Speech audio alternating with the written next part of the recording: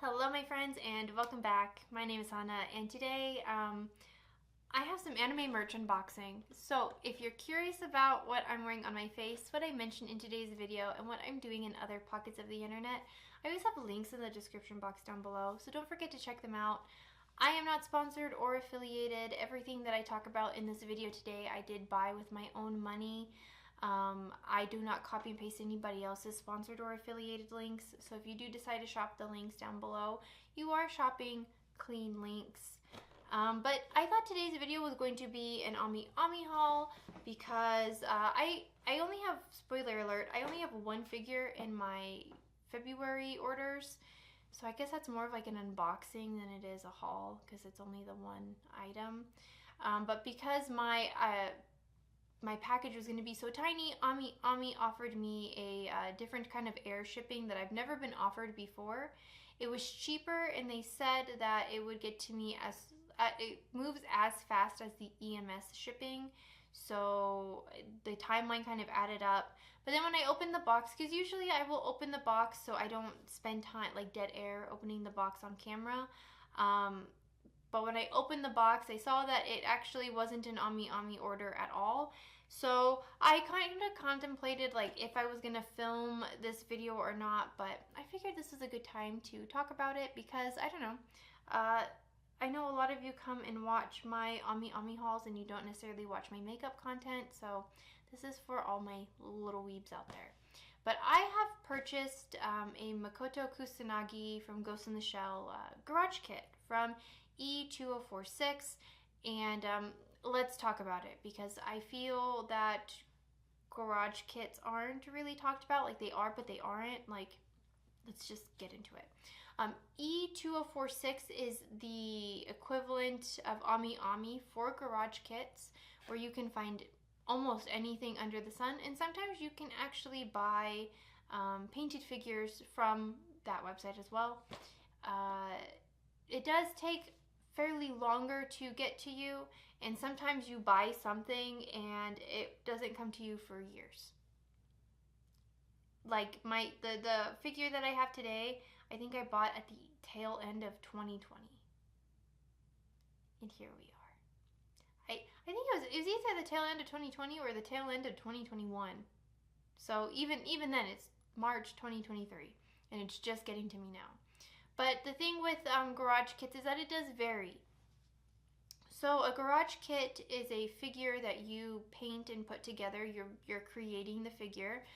But it could be anything from a fan-made figure to someone who buys these figures like the ones behind me and they mold them so they can make a garage kit out of them. Or sometimes like a brand like Mega House will release their figures as a garage kit so you can paint them. You can sometimes find garage kits on Ami. They do have a few, but they're not quite the same. Like they're only from official like companies. They're not necessarily the fan-made figures. So what you'll see a lot of the time, especially when an anime is like brand new and maybe there isn't as many figures for them, or maybe it's been some time, like with Chainsaw Man. Chainsaw Man had tons and tons of garage kit figures before the anime even came out. There's lots of Berserk garage kit figures because Berserk, the like series, doesn't really have a whole lot of official merchandise anyway. They weren't really releasing too many figures. Naruto and One Piece are really big shonen series, and even like Dragon Ball Z, and every year there's always a handful of figures coming out from either of those series, where Berserk, even at its peak, maybe only had like 3 or 4 figures ever kind of thing. So it's kind of fun now that we're getting more official Berserk merch, and that's like a whole other kind of video, but that's just an example. And if you're not familiar with like the process of garage kits, maybe you know Gundams or Gunpla or like minis like Warhammer, but you basically get your plastic little models and you paint them and you put them together. Obviously with a more like scaled figure like this, it's a lot more detail oriented. And I mean, like I said, you can get all kinds of figures like the ones behind me, and you can get fan-made stuff. There's some artists who have made such amazing garage kits that they're hired by companies like Mega House to create figures, because like this big Sakura scale or statue behind me, they didn't just like copy and paste an image out of like the Naruto anime and say, okay, that's a figure. Someone has to draw it up. Someone has to think of like what kind of colors, what kind of materials do you want to use. Like someone has to craft this figure and put it together.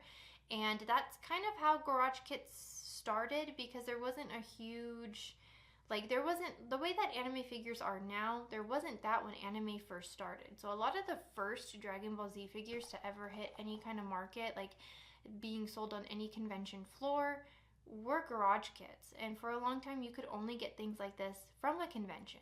So now with like the internet, you don't necessarily have to go to a convention to buy anime merch or anything like that. You can just shop online. And I guess maybe that's like the history of garage kits. I guess I can make another video on that too. These figures can range from anywhere from like, you can like a fan made in their own fan art style, or something where they're really trying to create the figure that they want. So you see this a lot with like series like Cardcaptor or Sailor Moon. So sometimes you see these really beautiful like Sailor Moon figures where they're wearing like these big beautiful gowns, or like the Cardcaptor figures where it's like very dynamic and a whole lot going on, and these look absolutely amazing. And you see these photos on Instagram and you're like, where did you get that figure? And then like someone bought it from another artist, or like they painted it themselves. And it's always really cool talking to people who do participate in a garage kit kind of play, because like you can find who your favorite artists are. So what's really cool about the garage kit scene is that you can find these artists, and if they do get picked up by these big companies, you can, I mean, all the figures behind me, like I said, they all have an artist attached to them. So if there's a particular figure that you really love, you might have to do like a little bit of intensive detective work, but you can find out which artist is behind the figure that you like. So then when other figures are released, you can see like, oh, is this from so-and-so? Or maybe like if once you get kind of more familiar with like figure collecting, you can kind of tell who's in control of like what. Like who, like, I don't know, I feel like there's always like artists always have like their little signature thing, whether it be like a certain detail in the hair, or how lashes are done, or certain like dynamic poses and things like that. Anime figures are not just like, oh, it's like really cute, like there's, I don't know, it's like an art. But that being said, let's unbox today's garage kit, because I really want, I don't know, maybe I will film me doing this garage kit, because it is kind of cool. So when you open the box, you get a little packet of paper, you get a little photo card of like what the figure looks like. So that is essentially what the figure should look like. And what's really cool about garage kits is that you can change it however you need it. You are the artist, you make your own figure. They do have some directions, because they do have like the, you can do decals for the eyes. I tried to paint in my own eyes. I feel like the stickers are very hard for me personally to put in and attach, and they just look kind of weird. But they do have the decals, you can use them. And then this is my favorite part. These are like the inventory instructional guides. So this is kind of like how the pieces should be going together. And then you have your inventory of what the pieces look like. And there should be one for every kind of little element, here we go, that comes with this kit. Really cool. I don't know, when I'm working on a garage kit, I usually paint these up around me so I can see them for reference. Same with the end result photo, because even though I'm doing my own thing, it's always nice to kind of see the finished photo, because then, I don't know, I guess it kind of reminds me of like, why did I buy this? And like kind of refocuses me on like my end goal with the garage kit figure. And then it smells so bad. It smells worse. It smells worse than the Sakura figure, because these again are like little plastic pieces coming straight out of molds, slammed into a box. Okay, I totally forgot how big of a scale this was gonna be, because this is just her body. She's massive. Like, I could kill someone with this. What I like about this is that it does come with the magnets included. I most likely might pop these out and then re-glue them back in, depending. But you see how it's just like this white plastic? So like all the skin tone that's in that photo, someone painted that on. So you do all the shadowing, you do all the dimension that goes into the piece. And I'm really excited because like she's very, very pretty. She looks gorgeous. Here's her little detailed, like here's her little wires. And then you can see her like eyeballs that come in there, her eye decals.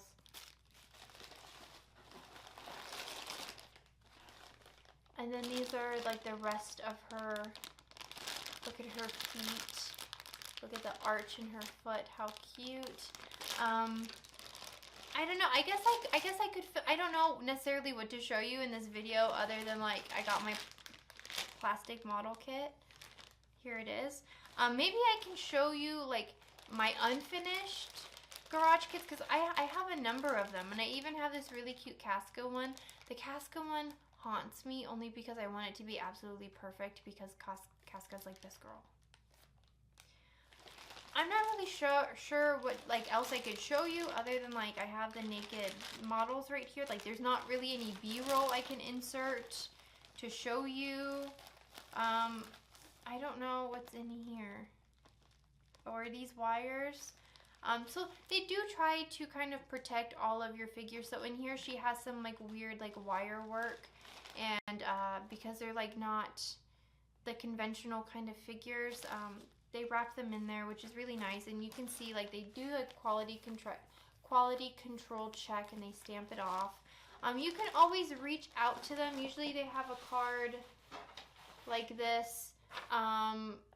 For quality issues, please contact us within 2 months. And you can reach out to the distributor of the garage kit and just you message them like, hey, like I got this. Sometimes they might resend you a new one or a new part.